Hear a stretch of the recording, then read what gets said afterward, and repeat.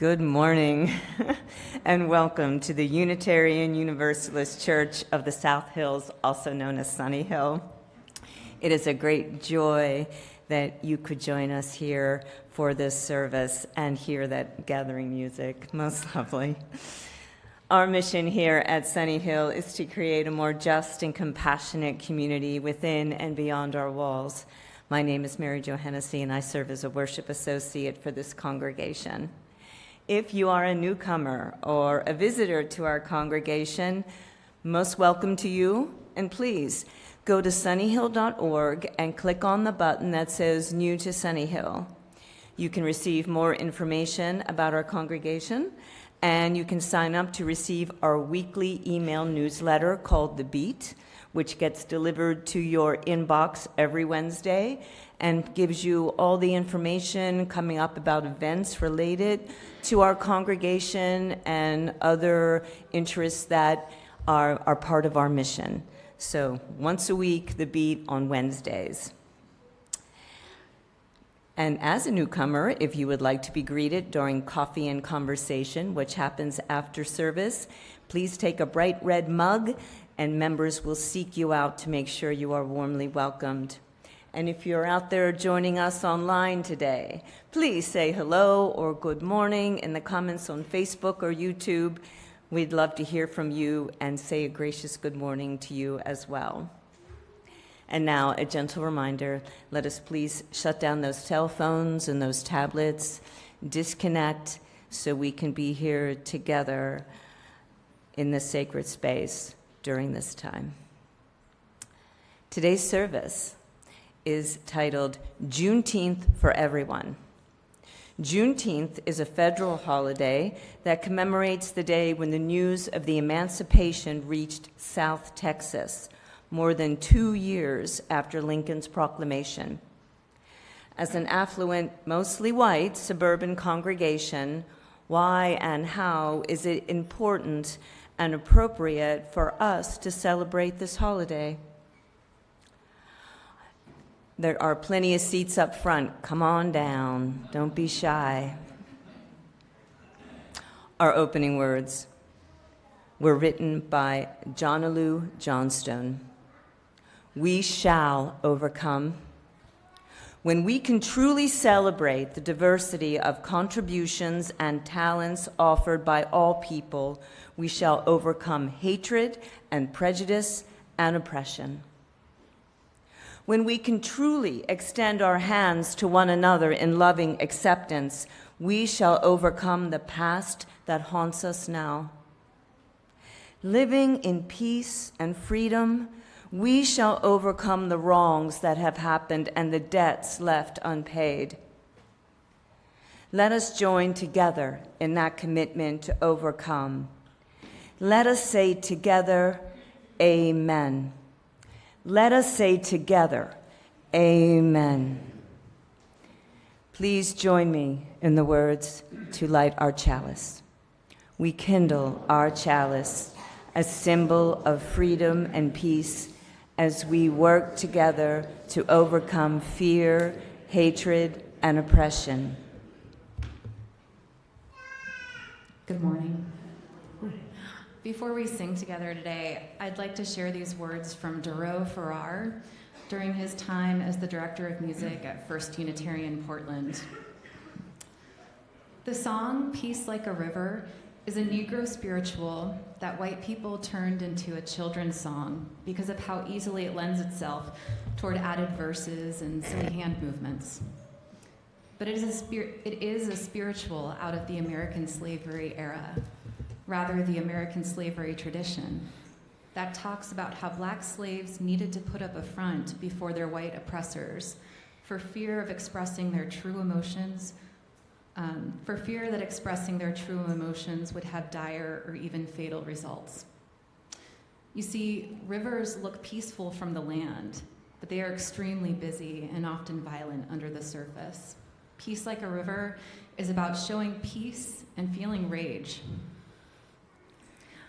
I'm going to invite you to stand, to rise, embody your spirit now. And as we sing this spiritual, let us call to mind its original composer or co-creators and its history, and let it call us together in our shared mission to actively work for racial justice in our time.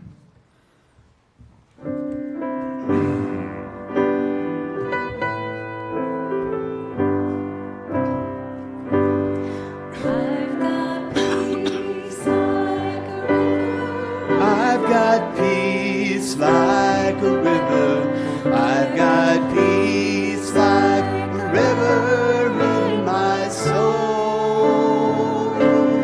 I've got peace like a river. I've got peace like a river.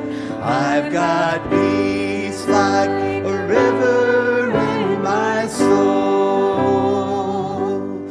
I've got joy like a fountain. I've got joy like a fountain.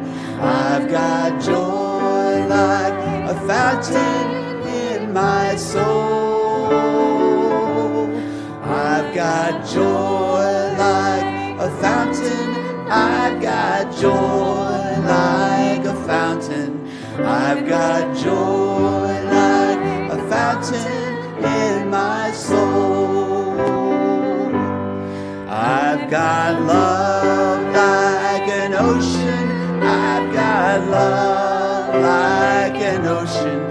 I've got love like an ocean in my soul.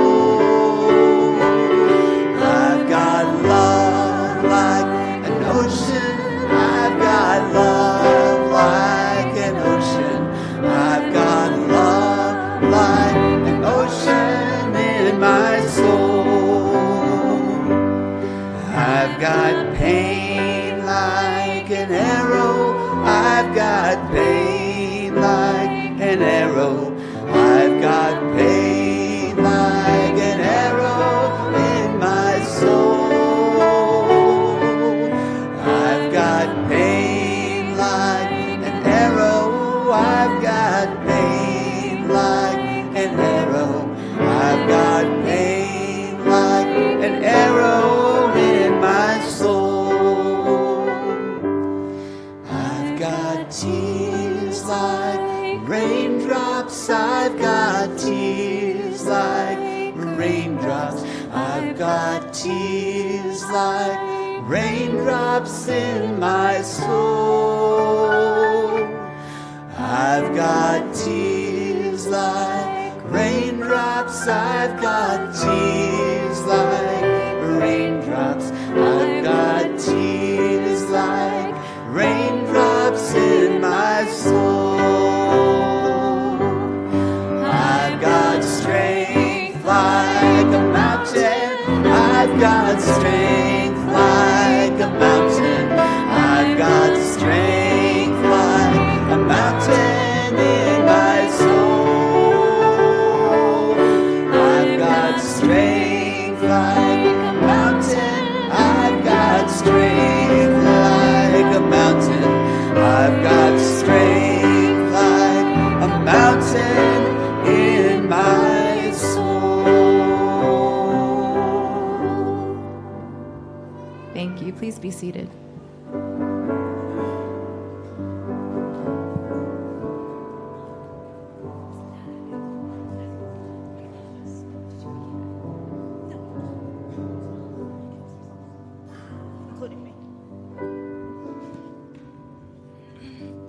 Good morning. If there are any kiddos present that want to come up for our time for all ages, now is your chance.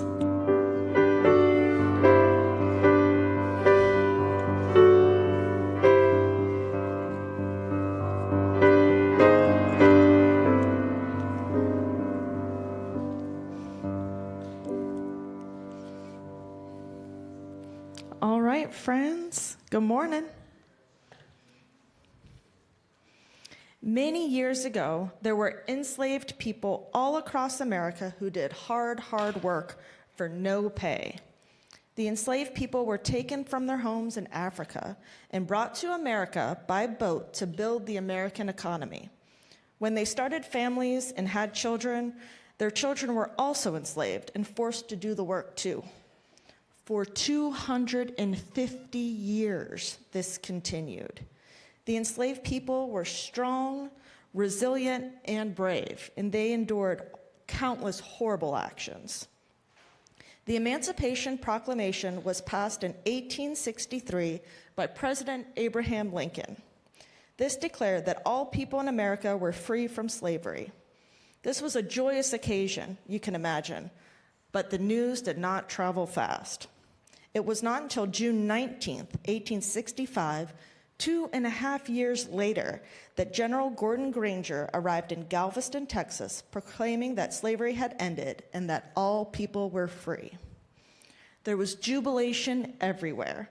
From that day forward, June 19th became known as Juneteenth. Can y'all say that with me? Juneteenth. Good job.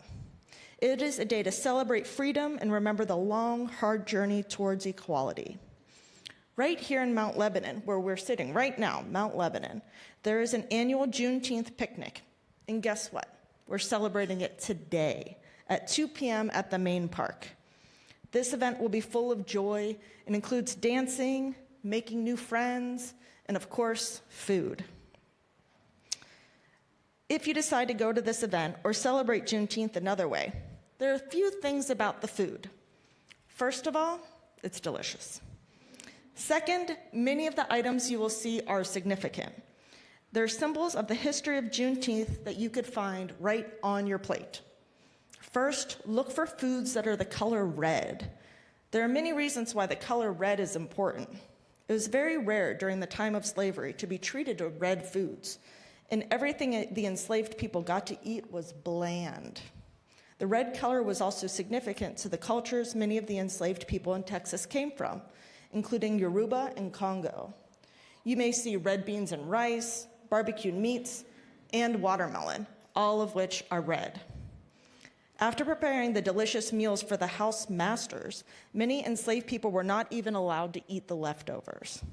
Instead, they had to survive off the scraps that they found a way to make delicious. The recipes they created have stuck around and can also be found at a Juneteenth celebration.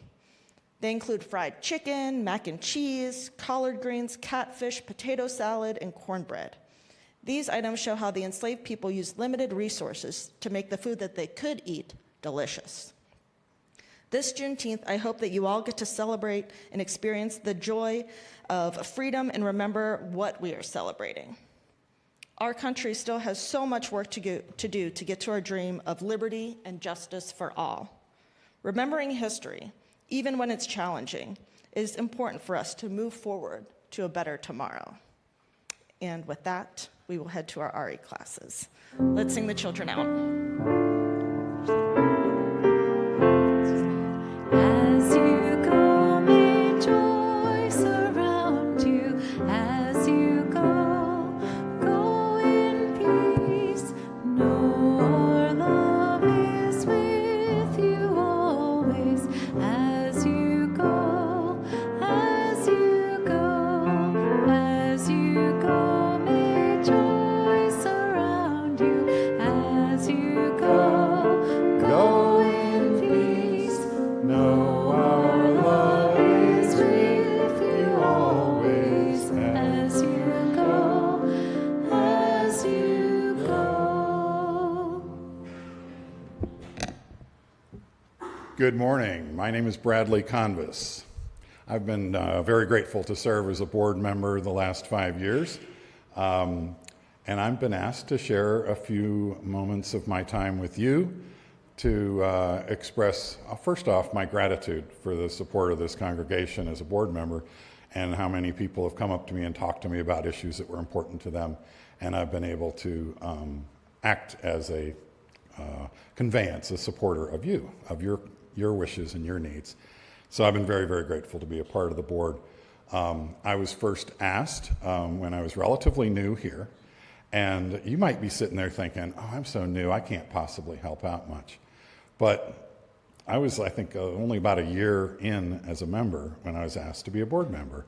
And I grew up in a family where my parents spent a lot of time at church meetings, and I spent a lot of time running around the church, getting in trouble, climbing into the attic, climbing trees in the yard, that kind of thing, because my parents were at meetings at church, and it was a great place. It was our second home.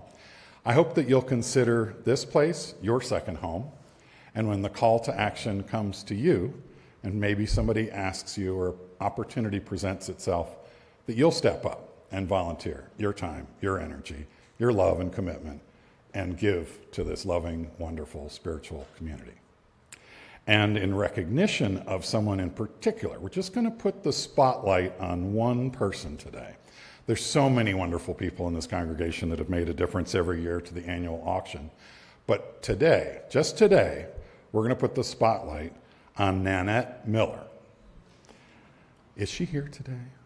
I don't think she is. I looked around, and I'm like, where's Nanette? Just in case she gets to watch this recording later, can everybody turn around and say, yay, Nanette, thank you.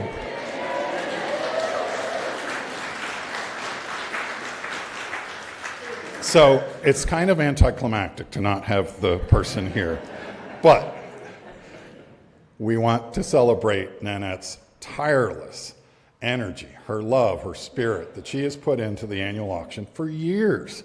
I mean, wasn't just this year. She does it over and over and over again, keeps volunteering, keeps stepping up, and that's really remarkable and really special and worthy of recognition. Now, speaking of recognition, you notice I got a theme going here. June 30th, Sunday, after service, we're going to do a recognition event immediately following our regular service. And anyone who volunteered in the last year is welcome to join us. Okay? So consider it a way to rub elbows with the who's who of the elite volunteers of the church. And it'll be a special, fun little event. We would like you to RSVP, though, so we can plan ahead. So if you could, please shoot us a note in the beat. There's an announcement there. Select the button that allows you to RSVP, please. That way we can make plans for how many people to expect. And we'll have a little party in recognition of all the volunteers that have stepped up this year. All right, that's enough of me. Thank you, guys.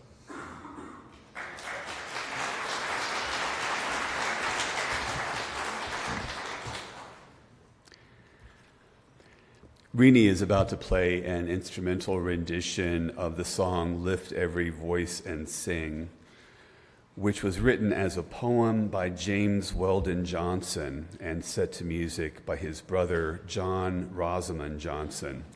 It was originally sung by a group of young black children at a segregated school in Jacksonville, Florida in 1900 to honor Booker T. Washington. It soon grew in popularity, and beginning in 1917, the NAACP dubbed it the Negro National Anthem, now the Black National Anthem. It is a song born of suffering. It is a song of perseverance and redemption. It is a song about the promise of freedom implicit in our founding ideals, a promise that is not yet fulfilled. All of this will come through in Rini's playing, I'm sure. But I do want to share just one verse from the poem before she plays. Stony the road we trod, bitter the chastening rod felt in the days when hope, unborn, had died. Yet with a steady beat, have not our weary feet come to the place for which our fathers sighed? We have come over a way that with tears has been watered. We have come treading our path through the blood of the slaughtered, out from the gloomy past, till now we stand at last where the white gleam of our bright star is cast. Some of those words may not land exactly the same way they did 100 years ago, but the song is every bit as powerful and compelling.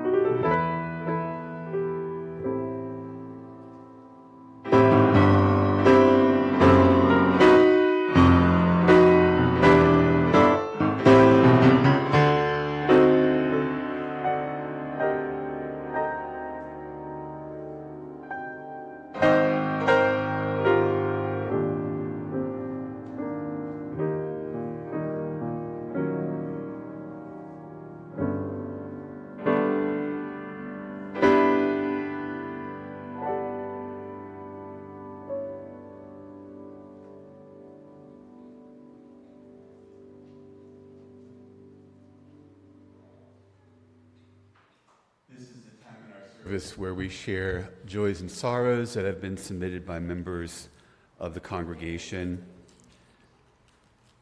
After each joy or sorrow that I share, please respond by saying, "We hold you in our hearts." I have my own spontaneous joy to share at this moment, which is just what a joy it is to be in the same room when Rini is playing piano.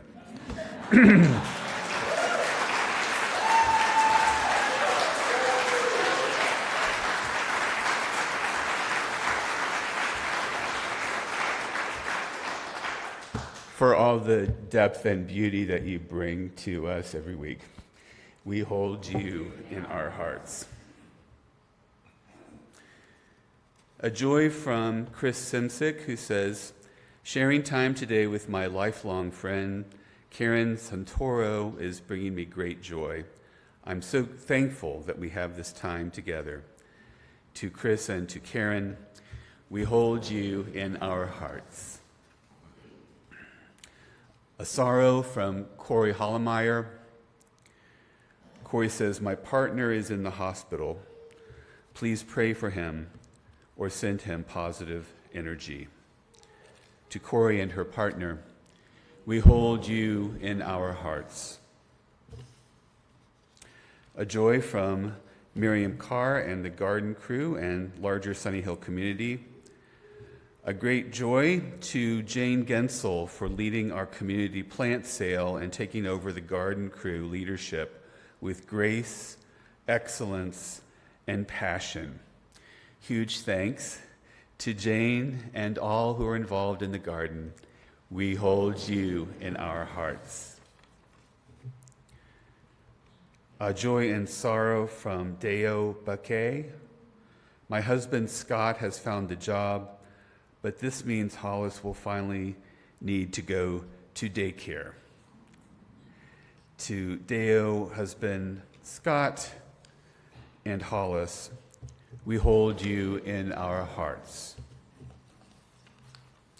We now invite, as we sing our musical meditation, anyone who feels moved to do so, to come forward, light a candle, place it in the sand, and then return to your seat.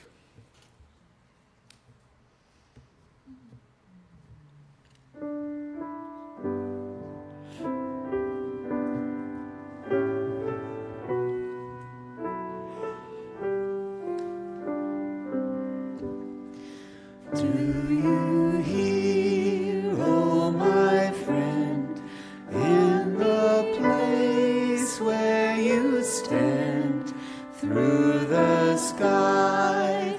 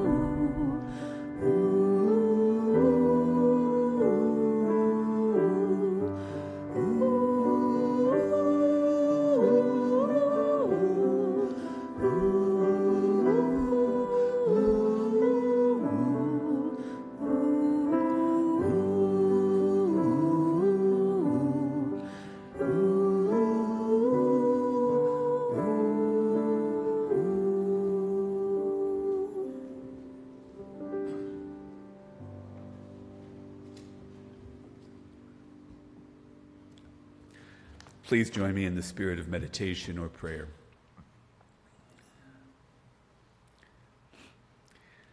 As we take this moment to enter into stillness together,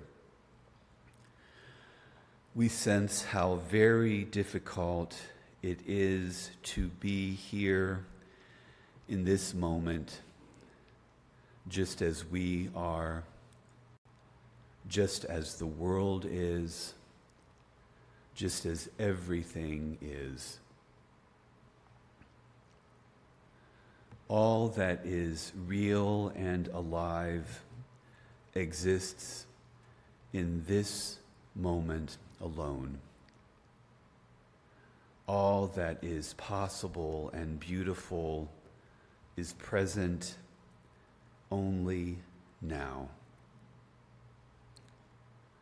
Each slender thing that slouches, each big thing that booms, can only be felt and seen and heard and held in the container of this fleeting moment that soon ends but somehow never ceases. We pause now for a moment of silence as we consider this moment with all its joys and sorrows and wonders and worries.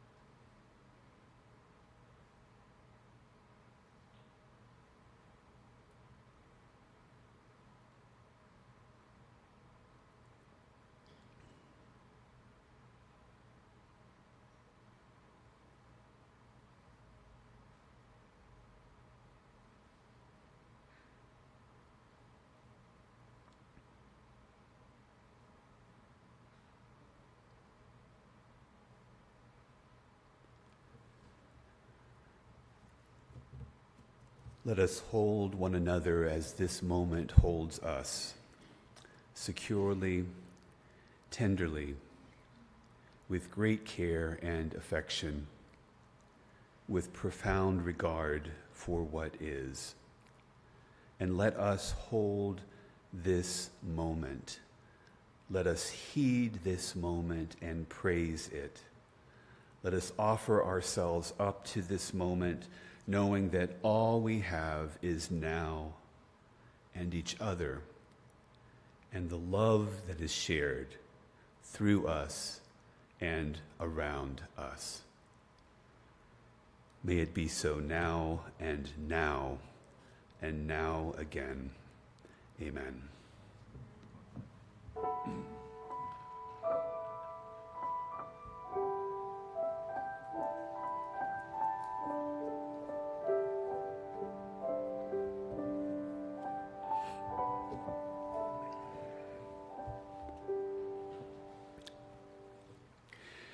My sermon today was informed and inspired by the work of Theodore R. Johnson, author of the book When the Stars Begin to Fall, Overcoming Racism and Renewing the Promise of America, published in 2021. Johnson, a graduate of the historically black Hampton University in Virginia, is a retired U.S. Navy commander who served for more than 20 years. He also earned graduate degrees from Harvard and Northeastern University. Johnson tells a story about a conversation he recently overheard on a commuter train. As he describes it, a couple of young professional dude bros sat behind me and were discussing why they couldn't schedule something on the 19th of June. Because it's Juneteenth, we get off this year, one said. After a beat or two too long, the other replied, "Oh yeah, what's it for anyways? Like, I know it's for black people, but..." The first guy gave a pitying chuckle and returned with, "It's when America freed the slaves," followed by an incredulous, "Come on, man." Johnson comments that he might have quibbled about the historical accuracy of these two young men's conversation, but in his words, I was far less interested in historical accuracy than I was in the fact that these two guys were having a casual Juneteenth civics conversation. 5 years ago, that exchange would have been unimaginable. Most Americans had little clue what Juneteenth was until it became a federal holiday in 2021. Because it is a relatively new and recent holiday, all of us might need a few lessons and reminders about what Juneteenth is and how and why it is celebrated. As described in a recent Washington Post article, and as we heard earlier from Jen, the origins of the holiday are as follows. The Emancipation Proclamation of 1863 freed enslaved people in Confederate states, but it did not immediately end slavery in places such as Texas that remained under Confederate control. 2.5 years later, on June 19th, 1865, Union troops led by Major General Gordon Granger arrived in Galveston, Texas, and announced that more than 250,000 enslaved black people in the state were free. Nationwide emancipation would come only with the ratification of the 13th Amendment later that year. For black people, the news was a moment of indescribable joy that was met with large celebrations in Texas. Also known as Freedom Day, Jubilee Day, Juneteenth Independence Day, and Black Independence Day, the day continues to hold deep significance to the community. Texas was the center of major Juneteenth festivities for decades, but the traditions have spread across the country in recent years. In 2021, President Biden signed into law the Juneteenth National Independence Day Act, marking June 19th as a federal holiday in the wake of nationwide racial justice demonstrations that swept through the country after the killing of George Floyd by police in Minneapolis. The measure received overwhelming bipartisan support in Congress, with only 14 House Republicans voting against it. And by the way, if President Biden were to introduce that same bill today, establishing Juneteenth as a federal holiday, it would almost certainly be defeated, as the so-called anti-woke forces of the far right have once again moved toward retrenchment on issues related to race and racism. The first person to lead a concerted effort to make Juneteenth a national holiday was Opal Lee, a black native of Fort Worth, Texas, who is now 97 years old. As summarized by Reverend Michael W. Waters, pastor of the Abundant Life AME Church in Dallas, her story is as follows. In 1937, Opal Lee's family purchased a home on Annie Street in Fort Worth, Texas. It should have been a cause for celebration for the family. However, there was a problem. Their home was in what was considered a white neighborhood, and their neighbors deemed their presence both a threat and an insult. On June 19th of 1939, at the tender age of 12, Opal Lee watched in horror as a white supremacist mob of more than 500 people vandalized and burned down her family's home. Police officers were present that evening, but did not intervene. The local newspaper said that the police could not control the mob, although they did not even make the attempt. Following this heinous act, the family was able to purchase another home, but they never spoke about the trauma that they had endured. Waters continues, the memory of the violence that Opal Lee, now known as the grandmother of Juneteenth, and her family endured was prima causa, the first cause, in Opal Lee's fight to make it a national holiday. She is determined that the holiday focus not merely on the struggles of the past, but more importantly on those of the present. In an interview with CNN, Lee, who recently received the Presidential Medal of Freedom, stated, "We've got all of these disparities that we've got to address. I've got children, grandchildren, great-grands, and even some great-great-grands, and I'm wanting them to have a much better world than the world I came up in." Because Juneteenth is a relatively new holiday for many of us, we have a choice about how we might choose to celebrate and commemorate it.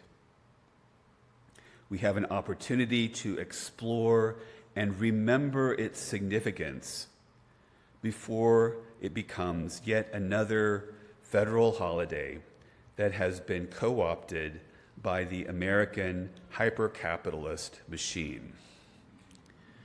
Memorial Day, which we just celebrated recently, was founded to remember those who died in service, but is now celebrated by most people as the first big barbecue of the summer and is marked by summer clothing sales at the mall.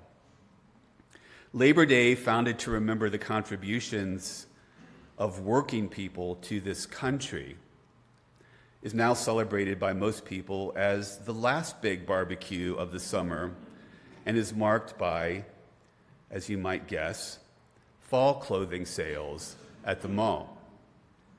Even Martin Luther King Jr. Day, which is meant to celebrate the life of a man who was a firebrand, regarded as a radical by the white power establishment of his day, has been domesticated and commodified and is now an occasion marked by some families with family skiing trips and even more clothing sales at the mall.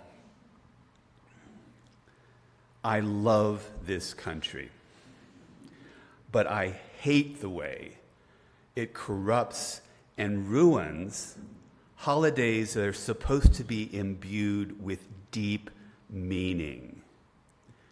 Times to reflect on matters that are important and often uncomfortable for many of us. And we have a chance to celebrate Juneteenth a bit differently from other American holidays. Although, as those two young men on the commuter train noted, Juneteenth is a Black holiday, its significance is much broader. Again, as written by Theodore Johnson, in America, to mark something as explicitly Black is to understand that some will interpret that as exclusively Black. So robing Juneteenth in those colors and patterns will naturally cause many to think that the holiday is, quote, for Black people, unquote, rather than an observation of a vital story for all Americans. Given this marketing, it wouldn't have surprised me to hear from my fellow train passengers that Juneteenth is kind of like a summer Kwanzaa, a mishmash of cultural understanding perhaps, but serviceable. Johnson goes on, but Juneteenth must be a national and inclusive holiday with a narrative to match. It symbolizes how the emancipation of Black people initiated a new beginning for a nation that had fallen short of its founding ideals. It recalls the important truth that emancipation was not a gift. It was hard won by perhaps the greatest multiracial coalition the nation has ever assembled. For Independence Day, the 4th of July, to have any meaning that connects to the founding ideals, Juneteenth must exist.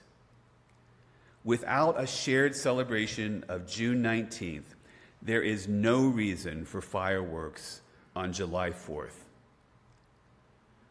It's for this reason that the initiating legislation was titled the Juneteenth National Independence Day Act. At its core, the holiday observes the nation's rebirth, its second founding. It is important for us to learn how to hold in tension this celebration of the nation's rebirth with the harsh realities of racism in our own context and in our own time. Reverend Michael Waters asks, what does it mean to celebrate Juneteenth when Black Americans have fewer voting rights protections today than in August 1965? What does it mean for us to celebrate Juneteenth as acts of racial violence and hate crimes against many marginalized communities continue to skyrocket across America? What does it mean to celebrate Juneteenth, a holiday of emancipation, when so many within the Black and brown community are not free, locked behind bars at a racially disproportionate rate by laws specifically designed to ensnare them? With regard to this last point about the disproportionate incarceration rates of Black people, especially Black men, many of us here heard a firsthand account of what this system looks like when Muhammad Ali Nasser, also known as Manny, spoke here at Sunnyhill a few weeks ago. Manny's story of being arrested as a 16-year-old and thrown in with the adults in the Allegheny County Jail is sadly not a rare occurrence. It is a part of the lived reality of young Black men in the country whose neighborhoods are policed very differently from white neighborhoods. In Manny's case, he lost a year of his life as well as work and educational opportunities because he was arrested and jailed for a crime of which he was later acquitted. What does it mean to celebrate Juneteenth, a holiday of freedom, when so many young Black men have their freedom stolen from them by an unjust criminal justice system? Part of what it means to celebrate Juneteenth, given these realities, is to experience this holiday not just as another opportunity for a barbecue or sale at the mall, but rather as a call to action, a call to help make real the promise of our nation's founding ideals, the promise of rebirth, the promise of restorative justice and real freedom for all, not just some. If Juneteenth is to have any enduring and tangible meaning, we must experience it as a call to action that we answer.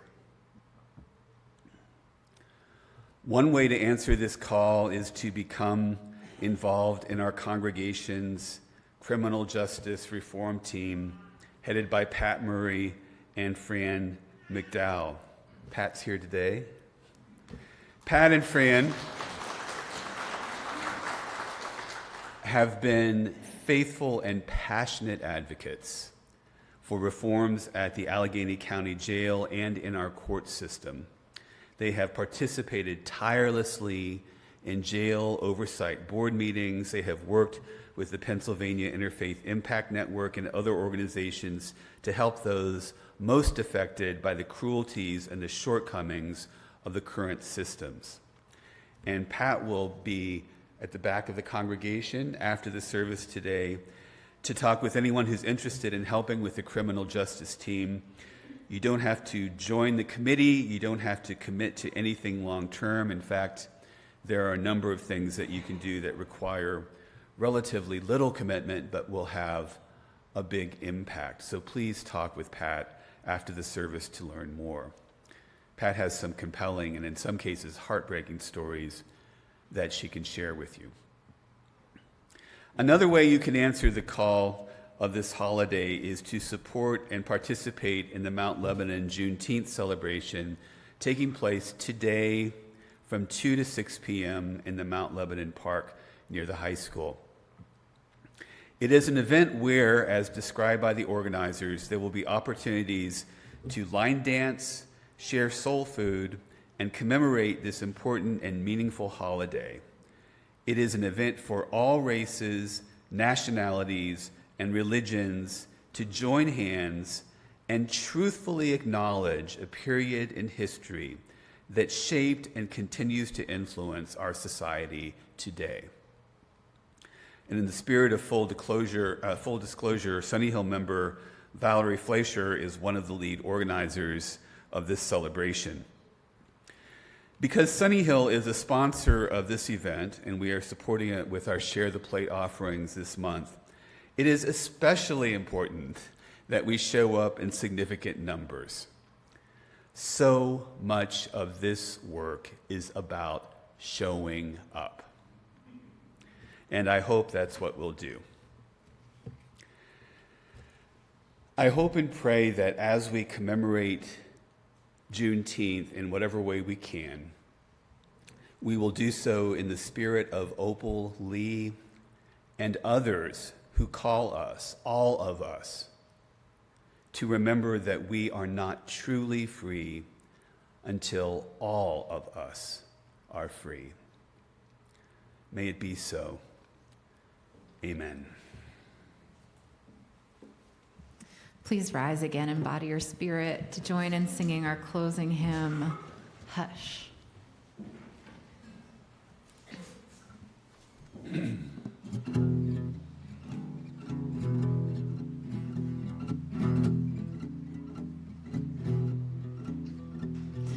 Hush, hush, somebody's calling my name.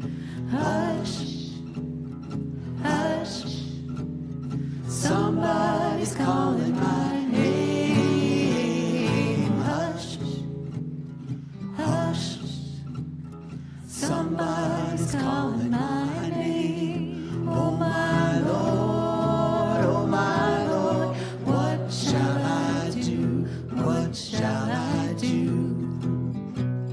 Sounds like freedom.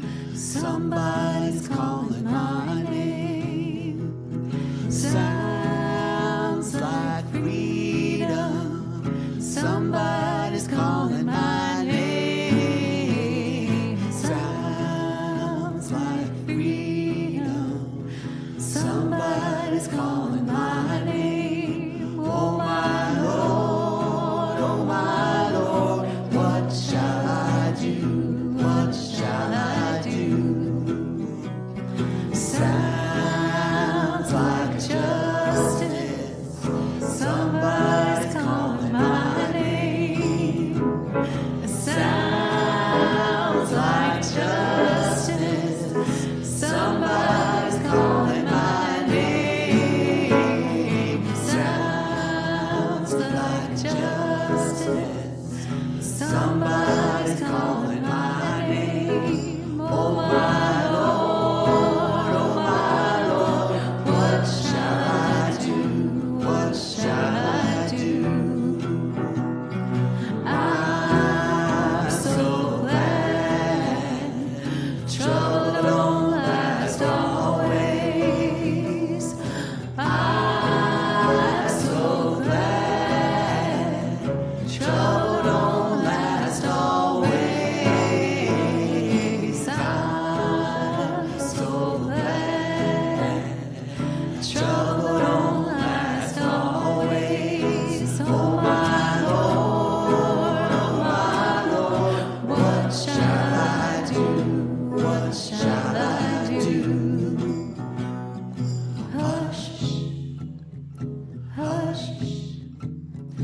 Somebody's calling my name. Hush, hush. Somebody's calling my name. Hush, hush. Somebody's calling my name. Oh my Lord, oh my Lord, what shall I do? What shall I do? Thank you. Please be seated.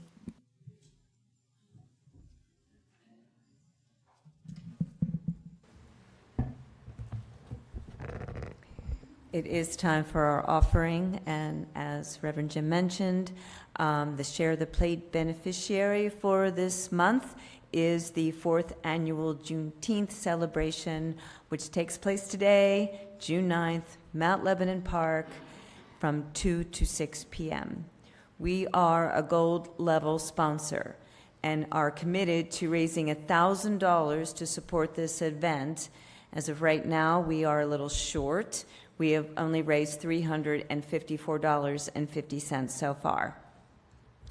If you are able to make a gift via our online giving system, you can do so by going to sunnyhill.org and click on the button that says Online Giving, and then follow the instructions. Or you can give by text to the number up there on the screen, 412-324-3130. All text gifts will go to our Share the Plate offering. We'll be passing our offering baskets for cash and checks in just a moment. And if you are writing a check, please put Share the Plate in the memo line. And thank you so much for your generosity.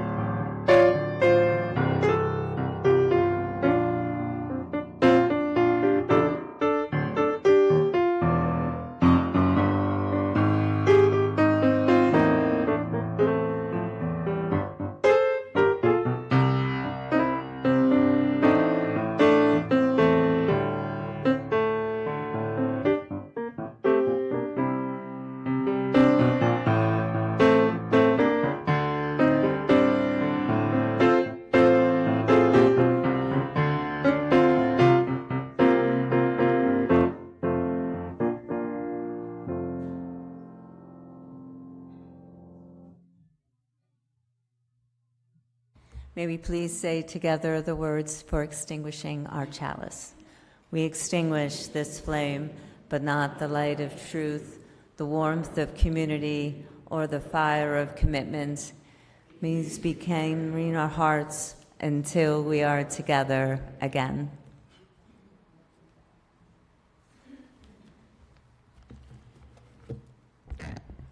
Before we close, just a couple of brief announcements. One is, don't forget to seek out Pat Murray if you're interested in helping out with our criminal justice reform team. The other is that, as many of you have noticed, we have a new art show on display on the walls of the sanctuary. Scott Smith says the current art show in the sanctuary of still life photographs are by Charlie Brodsky, a published photographer and professor of photography at Carnegie Mellon University. It will be up throughout the summer. In retirement, she has begun to arrange charms, trinkets, and found natural objects into imaginative scenarios with clever titles which run across the bottom of each photo. So we encourage everyone to spend some time looking at the art. We'll close with these words. May the love that gives to life its beauty, the reverence that gives to life its sacredness, and the purposes that give to life its deep significance be strong within each of us and lead us into ever deepening relationships with all of life. Go in peace.